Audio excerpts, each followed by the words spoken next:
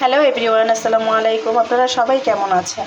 আশা করি ভালো আছেন। কাছে কিংবা দূরে যে যেখান থেকে আমার ভিডিও দেখছেন, আপনাদেরকে জানাচ্ছি আন্তরিক ধন্যবাদ।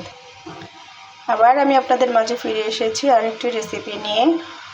আজকে আমি রান্না করব পাবদা মাছ দিয়ে সরিষা পাতুরি। তো কড়াইতে তেল বসিয়ে দিয়েছি, তেলটা আমার গরম হয়ে গিয়েছে। এখন দিয়ে দিব পেঁয়াজ বাটা। পেঁয়াজটা আমি ভেজে নেব। এখন দিয়ে দিব আদা রসুন বাটা,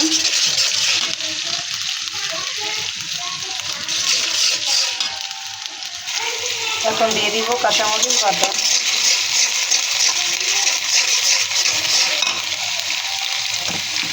দিয়ে দিব জিরা বাটা,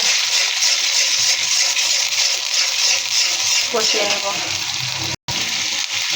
দিয়ে দেব হলুদ, মরিচ, লবণ, ধনিয়ার গুঁড়ো একসাথে দিয়ে কষিয়ে।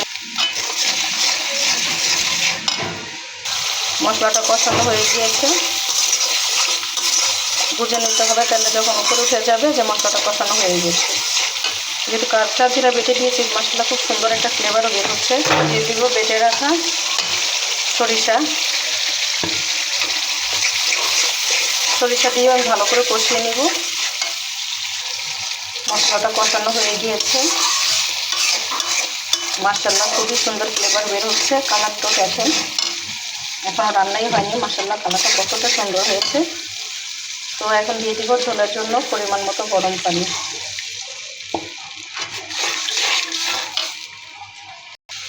ঝোলের পানি ফুটে এসেছে। এখন দিয়ে দিব আগে থেকে ভেজে রাখা পাবদা মাছ। লবণ, হলুদ, মরিচ আর লেবুর রস দিয়ে আমি ভেজে রেখেছি।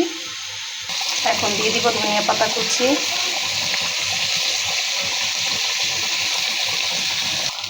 লবণ চেখে দেখলাম মাশাআল্লাহ খুবই মজাদার হয়েছে। তো এইভাবে আপনারা ট্রাই করে দেখতে পারেন।